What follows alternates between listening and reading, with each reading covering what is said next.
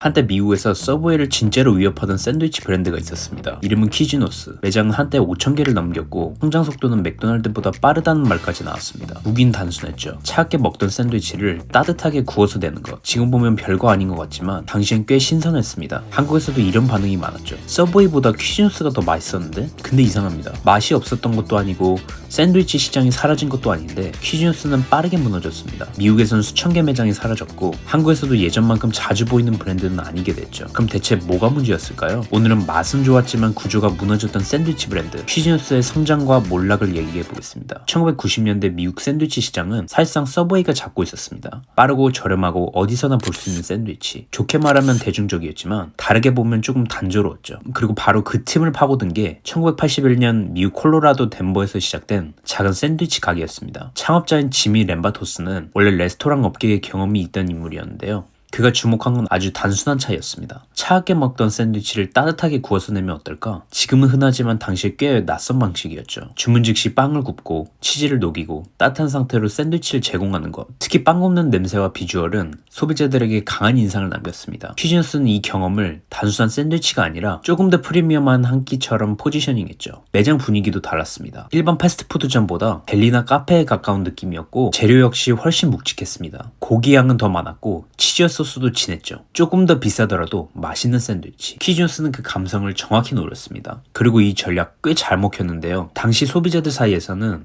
확실히 더 고급스럽다. 한 끼로 더 든든하다. 이런 반응도 적지 않았죠. 퀴즈노스는 단순히 맛있는 샌드위치를 만든 게 아니라 더 비싸고 더 고급스러운 샌드위치 시장도 가능하다는 걸 보여준 겁니다. 그리고 2000년대 초반으로 들어서면서 퀴즈노스는 말 그대로 폭발적으로 커집니다. 당시 미국 외식 시장에서는 조금 더 고급스러운 패스트푸드에 대한 수요가 올라가고 있었거든요. 사람들은 여전히 빠른 음식을 원했지만 예전보다 조금 더 좋은 재료, 조금 더 괜찮은 경험에도 돈을 쓰기 시작했습니다. 그리고 퀴즈노스는 그 흐름을 제대로 탔죠. 당시 기준으로 보면 퀴즈노스 샌드위치는 확실히 차별화되어 있었습니다. 브랜드는 이 기세를 몰아 가맹 사업도 공격적으로 키워나갑니다. 매장 수는 빠르게 늘어났고 미국 전역에서 퀴즈노스 간판이 보였죠. 실제로 2007년쯤 퀴즈노스는 미국 전역에 수천 개 매장을 거느리며 서브웨이의 가장 강력한 경쟁자로 불리게 됩니다. 그리고 이 시기 퀴즈노스의 시선은 미국 밖으로도 향합니다. 한국에선 뉴썸이 2005년 미국 본사와 마스터 프랜차이즈 계약을 맺으며 퀴즈노스를 국내에 들여왔습니다. 이듬해 잠실 롯데캐슬에 1호 직영점을 열며 본격적으로 한국 시장 공략에 나서게 되죠. 당시 국내 샌드위치 시장은 지금처럼 크지 않았습니다. 대신 직장인 점심 시장은 빠르게 변하고 있었는데요. 퀴즈노스는 바로 그 틈을 노렸습니다. 따뜻하게 구운 든든한 샌드위치. 서브웨이와는 다른 포지션을 만들겠다는 거였죠. 실제로 직장인 상권에서는 서브웨이보다 조금 더 고급스럽고 더 든든한 샌드위치라는 인식도 있었습니다. 근데 여기서 차이가 벌어집니다. 한국의 서브웨이는 태양의 후예, 도깨비 같은 인기 드라마에 본격적으로 PPL을 집행하면서 젊고 힙한 한 끼 이미지를 빠르게 가져갔거든요. 반면 퀴즈노스는 맛에 대한 평가는 좋았지만 브랜드 인지도 면에서는 서브웨이와 격차가 벌어졌습니다.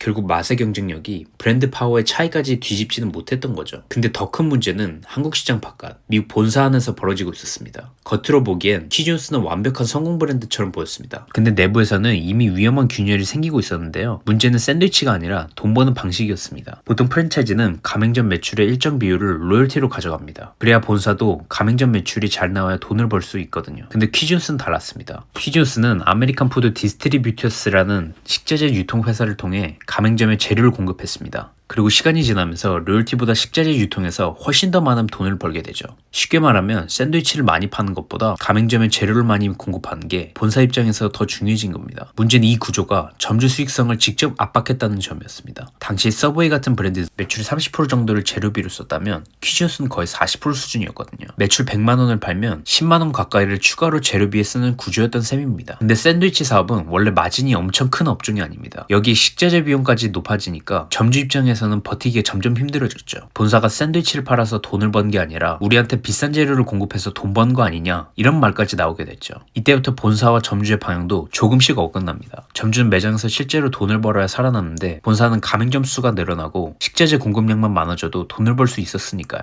그러니까 점주가 실제로 잘 되는지가 덜 중요해진 겁니다. 그런데 이 시기 키즈뉴스 뒤에서는 또 다른 변화가 있었습니다. 2000년대 중반 키즈뉴스의 자본을 사모펀드들이 인수하게 되는데요. 이때부터 브랜드의 목표도 조금 달라집니다. 오래가는 샌드위치 브랜드를 만드는 것보다 기업 가치를 빠르게 키우는 게 더 중요해진 거죠. 이렇게 되면서 무리한 출전과 가맹점 수 확대 중심의 구조는 더 강해졌습니다. 문제는 매장이 늘어날수록 기준 점포와의 거리도 가까워졌다는 점인데요. 심지어 같은 상권 안에서도 새로운 키즈뉴스 매장이 계속 생겨났죠. 그러면 어떻게 될까요? 같은 키즈뉴스끼리 서로 매출을 빼앗는 상황이 벌어집니다. 높은 원가도 버거운데 옆에 같은 브랜드 매장까지 생긴 겁니다. 그리고 이 갈등은 집단 소송으로까지 번지게 되는데요. 2010년 키즈뉴스는 약 2억 600만 달러 규모의 소송에서 패소합니다. 이때부터 본사와 가맹점 사이의 신뢰는 사실상 완전히 무너졌고요. 소비자 쪽 분위기도 달라지고 있었습니다. 한때 프리미엄 샌드위치로 불렸던 키즈뉴스는 점점 비싸게만 한 브랜드처럼 보이기 시작했죠. 브랜드 이미지 관리도 아쉬웠는데요. 키즈뉴스는 인지도를 높이려고 스폰지몽키라는 캐릭터 광고를 내보냈습니다. 문제는 이 광고가 키즈뉴스가 쌓아온 고급스러운 이미지와는 너무 달랐습니다. 기괴한 캐릭터가 노래를 부르는 방식이었는데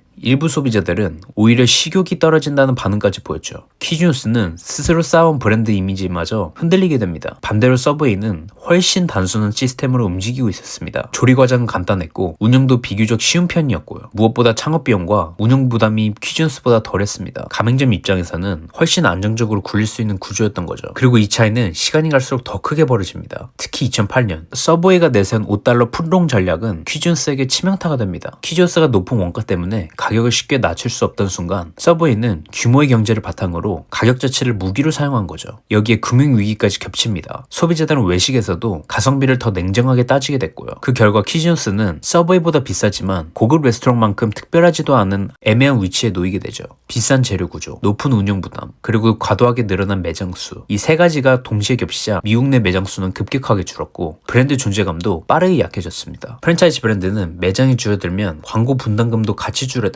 광고가 줄면 브랜드 존재감도 약해지고요. 존재감이 약해지면 다시 매장이 줄어듭니다. 키즈뉴스는 그렇게 죽음의 소용돌이에 빠지게 됩니다. 여기에 부채까지 겹치는데요. 2014년 기준 키즈뉴스의 부채는 약 8억 7,500만 달러까지 불어난 것으로 알려졌습니다. 매장이 줄어든 상황에서 이 부채는 사실상 마지막 결정타가 됐죠. 흥미로운 건 키즈뉴스가 한국에서 완전히 사라진 건 아니라는 점인데요. 공정위 정보 공개서 기준으로 2014년 국내 매장 수는 아직 74개입니다. 다만 흐름은 확실히 보입니다. 2022년 92개였던 매장이 2년 사이 18개 줄었고 2024년 한 해에만 계약 해지가 19건이 나왔습니다. 반면 신규 개점은 3개에 그쳤죠. 최근 키즈뉴스는 확장보다 점포 조정 흐름이 더 눈에 띄는 상황입니다. 그래도 여전히 이런 말을 하는 사람들은 있습니다. 맛은 키즈뉴스가 더 좋았는데. 하지만 프랜차이즈 사업에서 맛만으로 살아남기는 어렵습니다. 더 중요한 건 누가 더 효율적인 시스템을 만들어냈냐였습니다. 그리고 그 싸움에서 살아남는 건 더 단순하고 더 운영하기 쉽고 더 확장하기 쉬운 구조를 가진 서브웨이였습니다. 키즈뉴스가 남긴 질문은 꽤 단순합니다. 프랜차이즈 브랜드는 과연 누구를 위해 성장해야 하는가? 소비자는 맛있는 샌드위치를 원했고 점주는 오래 버틸 수 있는 수익을 원했습니다. 근데 브랜드가 커질수록 그 균형을 조금씩 흔들리기 시작했죠. 그리고 프랜차이즈 사업은 이 균형이 무너지기 시작하면 아무리 제품이 좋아도 오래 버티기 어렵습니다. 키즈뉴스의 이야기가 흥미로운 이유도 바로 여기에 있습니다. 이건 단순히 서브웨이에게 밀린 브랜드 이야기가 아닙니다. 빠른 성장 뒤에 있는 구조가 어떻게 브랜드를 무너뜨릴 수 있는지를 보여주는 사례에 더 가깝죠. 그리고 사실 이런 문제들은 지금 프랜차이즈 시장에서도 계속 반복되고 있습니다.